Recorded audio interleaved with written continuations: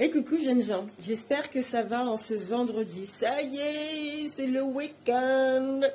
Bon, j'ai entendu pas mal de choses sur les constellations. On me pose pas mal de questions. Déjà, dans un premier temps, la constellation, c'est pas un jeu. Les constellations chamaniques ne sont pas un jeu. Je vous le dis clairement.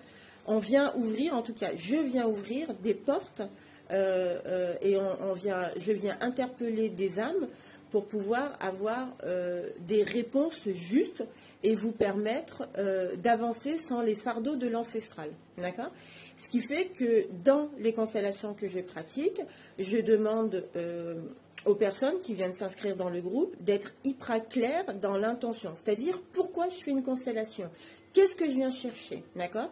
Qu'est-ce que j'ai compris de moi-même et de mon fonctionnement et comment j'interpelle ma lignée transgénérationnelle, d'accord? Je n'ouvre rien tant que ce n'est pas le moment.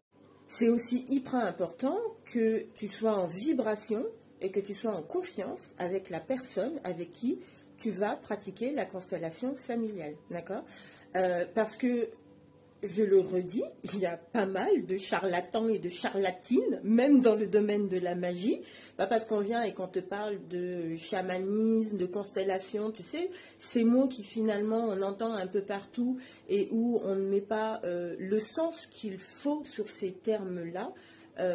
Sont hyper importants en fait. C'est hyper important que tu comprennes à quoi sert une constellation avant d'ouvrir tout cela. C'est hyper important que tu sois en confiance avec la personne, le magicien ou la magicienne que tu vas faire.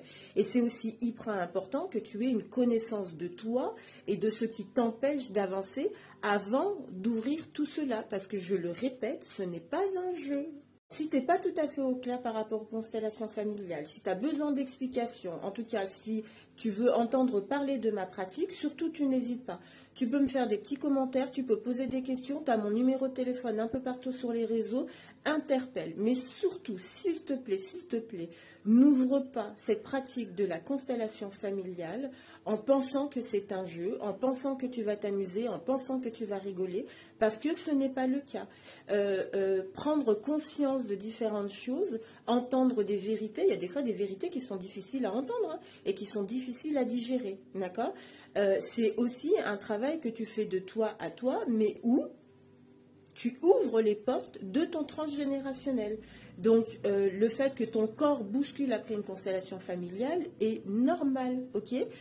C'est important aussi que tu ne sois pas seul dans ce que tu es en train de parcourir dans ce cheminement, s'il te plaît. Alors, pour récapituler, la constellation, c'est pas un jeu, ok ? Sois ok avec l'intention. Pourquoi tu veux faire une constellation familiale? Quel genre de constellation familiale tu veux faire? Parce qu'il y a autant de constellations que de magiciens et de magiciennes, tu vois. Moi, par exemple, je te propose des constellations chamaniques. Donc, ça vient parler de ma propre magie à moi, mais ça vient ouvrir aussi tout le côté chamanisme, ok? C'est hyper important que tu sois en vibration avec le magicien et la magicienne que tu vas choisir, d'accord? C'est un choix parce que c'est toi qui ouvre les portes de cet ancestral, ok? Donc, ne le fais pas n'importe comment, ça marche? Et si tu as des questions, surtout, tu n'hésites pas, soit à moi, soit à d'autres magiciens et magiciennes avec qui tu es en vibration. Ok? J'espère que ça a été clair pour les constellations familiales, parce que des fois, on pense que c'est un petit jeu qu'on va s'amuser, alors que ce n'est pas du tout le cas. On vient ouvrir des portes invisibles qui sont de grandes portes. D'accord? Allez, je t'embrasse tendrement.